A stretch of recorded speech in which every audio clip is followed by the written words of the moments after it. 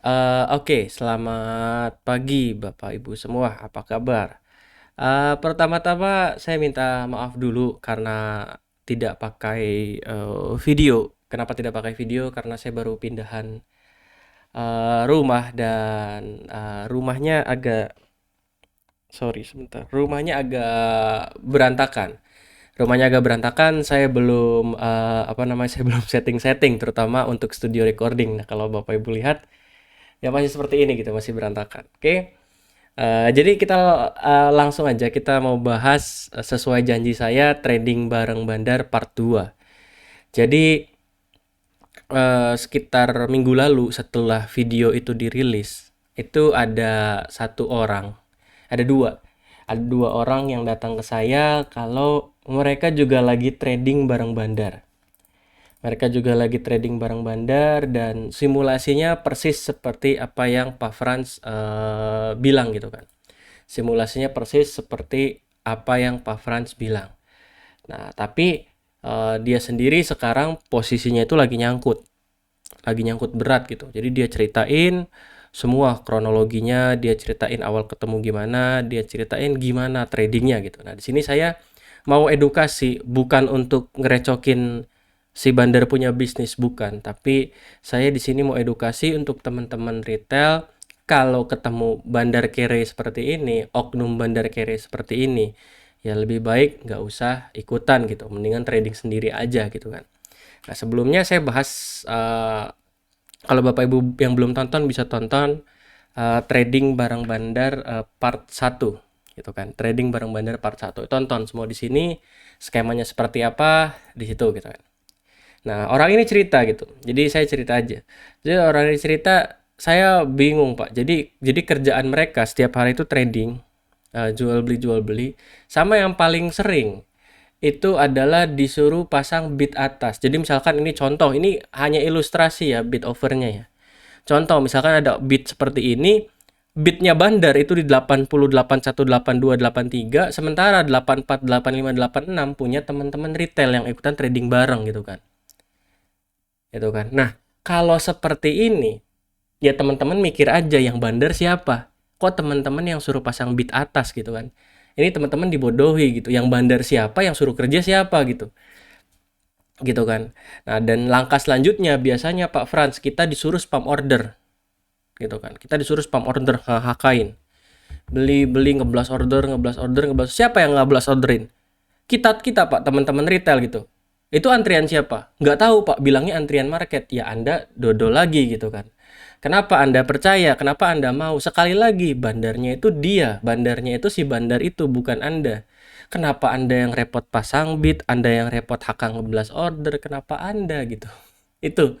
Jadi kalau teman-teman ketemu nih, dua dua model seperti ini aja, teman-teman ikutan trading room dimanapun atau trading barang siapapun, teman-teman disuruh pasang bid, teman-teman disuruh HK, itu namanya teman-teman disuruh kerja, bukan dia yang jadi bandar, teman-teman yang jadi bandarnya gitu. Gitu kan. Jadi jangan mau dibodohi seperti itu gitu kan. Tapi Pak, apa namanya? Tapi Pak, brokernya dia, broker yang dia pakai itu eh, netbuy juga Pak. Jadi netbuy bareng kita bersama broker-broker retail lainnya gitu kan. Netbuy bareng kita dan top satu lagi, ini hanya ilustrasi ya. Contoh misalkan broker bandarnya dia pakai AZ, misalkan contoh, ini contoh bukan sesungguhnya. Contoh, pakai AZ. Lalu kita teman-teman trading room pakai CP misalkan. Gitu kan. Iya Pak, dia top satu loh Pak. Top satu dia Pak. Walaupun ada teman-teman ada broker-broker retail lain gitu kan. Tapi si bandarnya ini top satu Pak. Beli juga. Berarti dia walk the talk Pak. Nggak bohong gitu kan. Hei teman-teman bangun. Lihat di sini ada siapa yang jualan. Lihat di sini ada siapa yang jualan lebih besar. Gitu kan. Tapi Pak dia top satu. Iya top satu. Tapi kan dia tinggal cut loss selesai. Dia beli 4,8 M. Lalu cut loss jadi 3,3 M. Cut loss paling 1,5 miliar. Dia bisa keluar puluhan miliar. Ini cuma satu periode kecil ya. Periode besarnya lebih banyak lagi gitu kan. Seperti itu. Jadi teman-teman jangan mau dibodohi gitu. Teman-teman belajar bandarmologi kalau retail udah dibayar jelek, tapi gara-gara satu broker yang teman-teman tahu itu bandarnya, teman-teman jadi ngikutin, tetap trading bareng. Wah, ini pasti akan diangkat lagi sama bandarnya. Ya enggak lah. Kalau bandarnya mau angkat lagi, kalau bandarnya mau kerek ke 1000, 2000, 3000 atau berapa ratus persen, berapa puluh persen, ngapain XA-nya jualan, PC-nya jualan, KI jualan, RF jualan? Gitu kan? Tapi Pak, itu market bukan bandar. Nggak mungkin. Teman-teman jangan mau dibegoin gitu. Bandar itu pegang data siapa aja yang pegang saham mereka. Gitu kan? Kalau ada orang, ada contoh siapapun XA, misalkan XA ini dibaliknya Pak Budi gitu. Misalkan Pak Budi punya 600.000 lot, ini bandar mana mau kerek ke atas, nanti diguyur gitu kan. Nanti diguyur sama Pak Budi gitu. Jadi bandar juga nggak bego-bego banget gitu. Bandar juga nggak bodoh-bodoh amat gitu. Seperti itu. Jadi XA ini siapa? Ya mereka-mereka juga. Dari barang ruangan trading lain yang nggak dikasih tahu ke Bapak Ibu. Bapak Ibu taunya, oh cuma pakai broker AZ selesai. Gitu kan. Tapi barang di sekuritas lainnya nggak dikasih tahu gitu. Giliran ada yang guyur atau ada yang siram atau ada yang jualan, pasti alasan paling klasik adalah itu market bukan kita. Gitu kan. Itu market bukan kita. Market apa yang punya barang segini banyak gitu kan. Nah itu disitulah logika berpikir teman-teman itu harus dipakai. Maaf saya agak keras gitu. Logika berpikir teman-teman harus dipakai. Sama satu lagi. Jadi Pak, sistem di kita itu unik gitu kan. Saya udah bahas kemarin di part 1 gitu kan. Kita harus trading pakai broker rekanan. Broker rekanan tuh bukan broker yang kerja sama, bukan. Tapi dia kenal satu sales broker tersebut. Semua trading roomnya dibukain di sales itu, nanti bandarnya dapat komisi gitu kan. Kurang lebih kayak gitu. Atau dapat fee. Nah, jadi di broker rekanan plus kalau kita trading, Mbak, misalkan kita jual beli, terus kita jualan, beli terus jualan untung gitu kan. Kita harus bagi hasil, Pak, 50-50%. Kalau rugi gimana? Kalau rugi ya udah gitu. Itu anggap netting rugi ya jangan mau gitu kan. Jangan mau gitu. Saya pernah tahu ada skema seperti ini. Dan itu semuanya bagi hasilnya itu setelah project berakhir. Bukan waktu netting kanan kiri jual beli udah bagi hasil. Itu mah teman-teman dirampok kecil-kecil gitu kan, dicopet kecil-kecil. Maksudnya gimana sih Pak? Nah ini simulasinya. Uh, ini saya ada buat simulasinya gitu kan. Nah jadi ini contoh gitu kan. Contoh kita disuruh beli saham. Jadi ini apa namanya pergerakan salah satu ilustrasi pergerakan salah satu teman-teman dari trading room yang cerita ke saya gitu kan. Contoh, sahamnya saham kuat, modalnya 1 miliar. Modalnya 1 miliar gitu kan. Oke, modalnya 1 miliar. Disuruh beli, Pak. Disuruh beli saham 20-26 Desember. Ini saya tanggalnya ngacak ya. Disuruh beli 10.000 lot, 10.000 lot, 15.000 lot. Gitu kan. Harganya 144, satu ini, satu ini, satu ini. Oke. Oke. Nah, selanjutnya setelah beli disuruh jualan. Gitu kan, disuruh jualan. Oke. Jualan ya harga 153 pasang over misalkan 15.000. Jualan untung untung 9.200.000 gitu kan. Untung 9.200.000. Tapi 9.200.000 ini harus langsung bagi hasil, harus langsung transfer ke bandarnya 4,6. Berarti bersihnya kita cuma dapat 4,6 karena bagi 50% lah ya. Ya sama fee lah kecil-kecil lah. Nah, singkat cerita, wah indah ya Pak, trading bareng bandar untung terus gitu kan. Trading bareng bandar untung terus. Ntar, saya hide dulu ini. Sorry. Oke, trading bareng bandar untung terus. Terus suruh beli lagi Pak. 145, 160, 170 kita suruh beli lagi per 10.000 lot. Lalu suruh jualan lagi 180. Untung 42 juta Pak. Untung 42 juta, tapi harus bagi hasil sama bandarnya 21 juta. Bagi hasil sama bandarnya 21 juta. Gitu kan. Wah, enak ya Pak, trading bareng bandar, keluar masuk dikabarin gitu kan. Keluar masuk dikabarin. Iya, sampai sini masih enak gitu kan. Terus kita trading terus, buy sell buy sell buy sell buy sell. Untung 79 juta, untung 46 juta, untung 19 juta 100, untung 24 juta. Tapi kan bagi dua. Gitu kan, bagi dua. Dibagi dua semua untungnya. Kan bagi dua semua, terus sampai akhir. Sorry. Nah, sampai akhir Sampai akhir dia belanja terus, harganya udah lumayan tinggi gitu kan, harga udah mulai tinggi, dia lumayan terus sampai average akhir dia 185, di 185. Harga average akhir di 185, harga terakhir 230. Masih untung, Pak. Jangan lupa ini masih unrealized.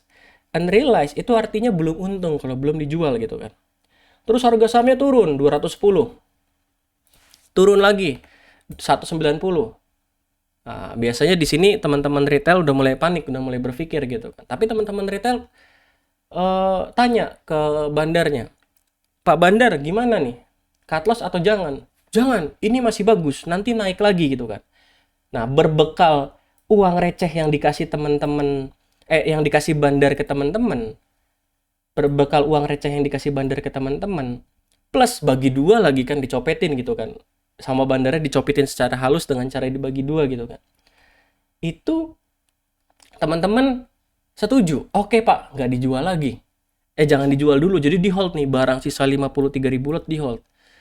Di hold terus sampai harganya turun lagi. Pak gimana? Pak gimana? Pak gimana? Bandar nanti tenang naik lagi. Dan teman-teman masih percaya gitu. Sampai pada akhirnya harganya di 175, teman-teman average 185, udah rugi dong, udah. Dan perhitungan akhirnya, tadinya modal 1 miliar, realize-nya, teman-teman merealisasi keuntungan itu harusnya 274 juta. Tapi karena bagi dua sama bandarnya, jadi 137 juta. Gitu kan, 137 juta. Dari yang modalnya 1 miliar, equity akhirnya kurang lebih jadi 945 miliar. Dan ini belum dikurangi sama bagi hasil bandar 137. Jadi efektif teman-teman malah rugi. Malah rugi 19%. Padahal profit terus. Gitu. Tapi kan profitnya unrealized. Profitnya kan realize-nya kecil, unrealized-nya yang besar gitu kan. Seperti itu. Jadi akhirnya rugi gitu kan. Bandarnya ya untung, nggak ngapa-ngapain, cuma komando buy and sell dapat 50%. Gitu kan. Dapat 50%. Nah, dari sini ya udah bandarnya happy gitu. Bandar happy, barang keluar. Teman-teman gimana? Ya bingung. Itulah yang waktu itu dirasakan teman-teman Bapak Ibu di trading room itu. Bingung Pak, mau cut loss nggak boleh. Nggak cut loss harganya turun terus, katanya nanti naik lagi gitu kan. Ya saya cuma bilang waktu itu, Bapak Ibu, kenapa Bapak Ibu nggak cut loss? Karena percaya sama mereka. Gitu kok, ya susah gitu. Bapak Ibu harus ngambil keputusan sendiri, Bapak Ibu mau cut loss atau enggak gitu. Karena bandar nggak terlalu peduli sama Bapak Ibu. Ingat di video saya kemarin bilang, Bapak Ibu itu nggak penting-penting amat buat mereka. Gitu kan. Ketika tujuan mereka udah tercapai, Bapak Ibu itu nggak penting-penting amat. Gitu kan. Seperti itu. Nah, itu simulasinya. Jadi kalau ada Bapak Ibu ketemu trading room, nawarin simulasi seperti ini, perjual bagi hasil, jangan mau. Bagi hasil itu nanti, kalau projectnya udah selesai, keseluruhan saya untung atau rugi, baru bagi hasil. Itu yang benar gitu kan. Kalau jual beli udah bagi hasil ya Bapak Ibu dirampokin pelan-pelan, dibocorin tipis-tipis, dicopetin tipis-tipis gitu kan. Belum lagi fee brokernya masuk ke mereka. Gitu kan. Jadi kita harus smart sedikit lah di market gitu kan. Nah, pertanyaannya, Pak, sahamnya kan sekarang udah turun nih 170. Bisa balik naik atau enggak? Ya ini tergantung belas kasih bandar. Bandarnya udah jualan barang. Nah, barangnya mau dipakai buyback atau enggak? Uangnya mau dipakai buyback atau enggak? Mau. Di harga murah, pasti. Bandar nggak mau jualan di 300, HK lagi di 350. Mana mau gitu kan. Apalagi makanin barang retail gitu kan. Ogah banget, saya juga ogah gitu. Nah, yang kedua, mungkin juga nggak bisa. Kenapa? Karena ada perjanjian dengan Pak Bos untuk target jualan sekian selama periode sekian. Bapak Ibu harus ingat, bandar itu jasa, alias bosnya atau decision makernya itu bukan bandar itu sendiri, tapi ada yang pakai jasa bandar. Bandar itu kan sering dikenal sebagai supir saham gitu kan. Nah, kalau ada supir saham, ya bosnya supir itu gitu, bukan supirnya itu si bosnya. Itu logika berpikir mudah saja gitu kan. Itu logika berpikir mudah saja. Dan biasanya alasan yang dipakai klasik oleh para bandar-bandar ini untuk supaya teman-teman trading roomnya merasa bersalah, playing victim, itu pasti ini. Projectnya gagal nih, gara-gara informasinya bocor. Ya memang investor retail kan nggak bisa jaga rahasia, buktinya beberapa orang bocor ke saya kan gitu kan. Tapi kan bocornya setelah turun. Setelah turun mereka kebingungan, mereka cari orang yang biasa bahas bandarmologi siapa, tanya ke saya gitu kan. Tapi setelah saya ulik-ulik ternyata bocor kemana-mana juga tuh orangnya, gitu kan. Gitu kan. Dan ini alasan paling klasik. Proyeknya gagal gara-gara informasinya bocor. Nah, di sini teman-teman harus berpikir, gitu kan.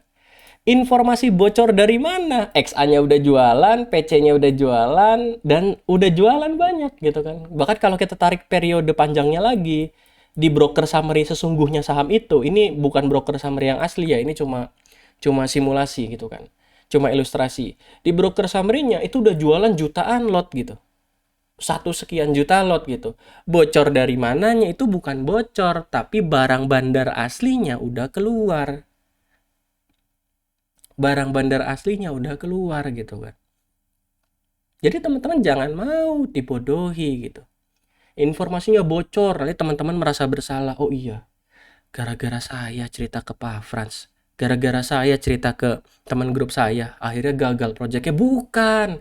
Proyeknya gagal karena memang udah selesai, udah jualan gitu kan. Jadi teman-teman jangan mau dibegoin, jangan mau dibuat merasa bersalah, jangan mau emosinya diputer-puter sama bandar gitu kan, merasa merasa, "Waduh saya yang salah." Padahal enggak, memang udah jualan kok. Seperti itu. Dan trading barang bandar ini kalau boleh saya ilustrasikan, itu seperti ada rusa minta perlindungan ke singa, gitu kan. Ada rusa minta perlindungan ke singa. Dia rusa ini, rusa pengkhianat ini, bukan pengkhianat ya. Rusa tersesat kan, ada domba tersesat. Ini namanya rusa tersesat. Rusa tersesat ini itu ngasih tahu ke singa, singa, di sini ada kawanan rusa lagi cari makan. Di sini ada kawanan rusa lagi di padang. Di sini ada kawanan rusa lagi diam gitu kan. Atau kalau di saham ya gampangnya, oh, ini orang mau beli saham lu harga segini, target segini. Jailin. Oh, ini saham lagi ngumpulin, ini grup saham, misalkan grupnya Franz atau grupnya siapa lagi ngumpulin saham ini, Pak. Hati-hati gitu kan. Dia ngasih tahu ke singanya gitu kan. Oh, ini ada value investor lagi ngumpulin sahamnya gitu kan. Jadi dia ngasih tahu terus gitu, ngasih informasi terus. Merekanya enak, hidup tenang. Dua rusa pengkhianat ini hidup tenang gitu kan. Wah, hidup tenang, enak. Nyari makan nggak susah, nggak usah takut diguyur bandar atau dihajar singa gitu kan. Tapi jangan lupa, kalau tidak ada rusa yang bisa dimakan lagi, ya selanjutnya giliran Anda gitu. Bahkan nggak usah tidak ada deh. Rusanya ternyata sepi, kecil-kecil, dagingnya tipis-tipis gitu. Yang lama-lama yang dimakan ya Anda sendiri gitu. Lama-lama yang dimakan Anda sendiri gitu. Jadi jangan terlalu polos gitu. Jangan terlalu polos, akal sehat kita itu harus jalan di pasar. Gitu kan, akal sehat kita harus jalan di pasar. Tapi Pak, saya mau tetap trading barang bandar. Iya silakan, itu pilihan Anda gitu. Bukan peduli saya nggak peduli Anda mau trading barang bandar, barang siapapun, saya nggak peduli. Cuma ada 3 poin penting yang teman-teman perlu, menurut saya wajib untuk teman-teman pegang ketika teman-teman mau trading barang bandar. Yang pertama, karena nggak semua bandar nakal seperti bandar satu ini, nggak semua bandar kere seperti bandar satu ini gitu kan. Karena ada juga bandar-bandar yang saya kenal, ya dia beneran project kerjain gitu. Untung bagi hasil, investor happy, bandar happy, semua happy gitu kan. Tapi kalau yang ini bandar abal-abal, itu ya makin banyak ke depan gitu. Dan teman-teman harus pegang 3 poin ini. Yang pertama, jangan mau pasang bid atas. Balik lagi di posisi, bandarnya siapa? Saya kan cuma investor, bantu trading misalkan atau bantu ngeringin barang. Bukan saya bantu nebelin bid, nanti bidnya diguyur, oh itu market gitu kan. Jangan mau. Jangan mau juga disuruh spam order belas-belasan. Itu duit bapak ibu, kenapa nggak bandarnya yang blast order? Ya bandarnya kere, nggak punya uang gitu kan. Yang kedua, kalau bagi hasil, ya setelah project berakhir, setelah semua project selesai, baru bagi hasil. Jangan baru jual sekali udah diminta bagi hasil, jual sekali diminta bagi hasil. Tapi kalau rugi ya udah gitu, ya jangan mau gitu. Jangan mau. Bagi hasil ya setelah projectnya berakhir. Gitu kan. Dan yang ketiga, kalau dia memang beneran bandar, tanya atau lihat semua barang. Barangnya mana semua, lihat. Oh ada, semua ada. Dia pegang nggak barangnya?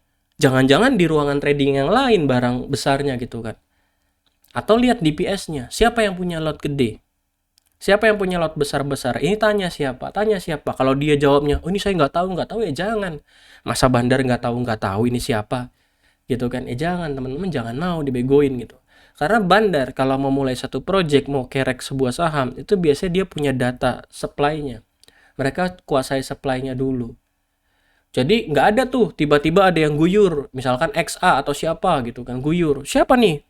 Pak Bandar. Nggak tahu market, nggak mungkin, itu bodoh, teman-teman dibodohi kalau seperti itu gitu kan. Gitu Bapak Ibu. Jadi ya pintar-pintar lah.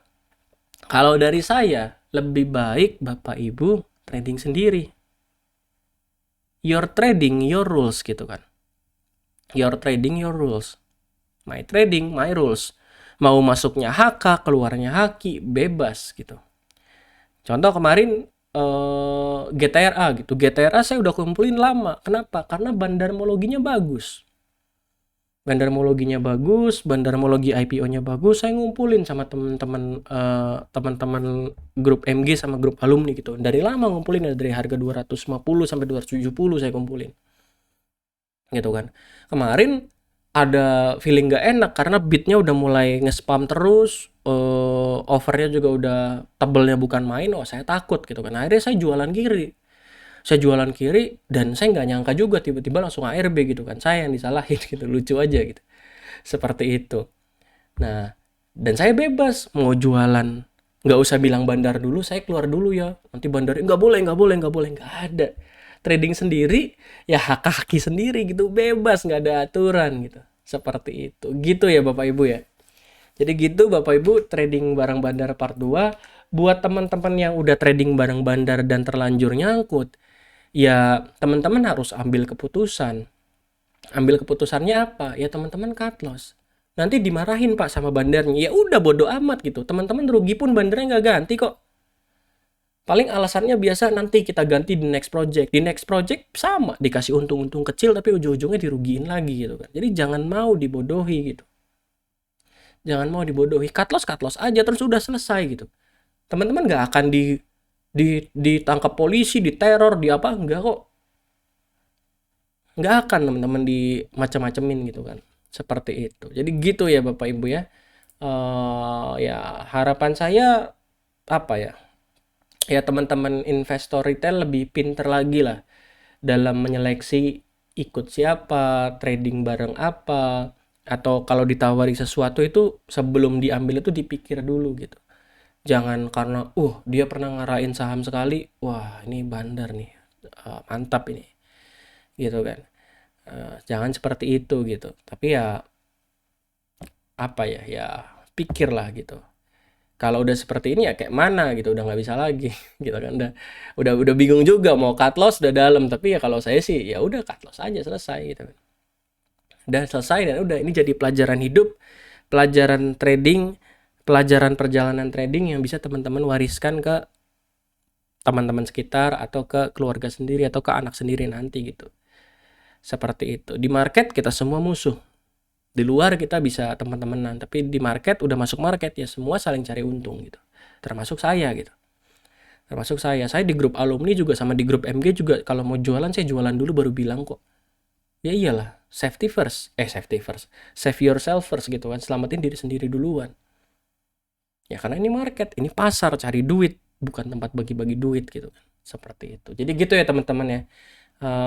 Semoga videonya bisa membantu dan teman-teman bisa semakin tercerahkan dan teman-teman bisa ya apa ya, ya bisa lebih cerdas sedikit lah di market gitu kan. Terima kasih semuanya, sampai ketemu lagi.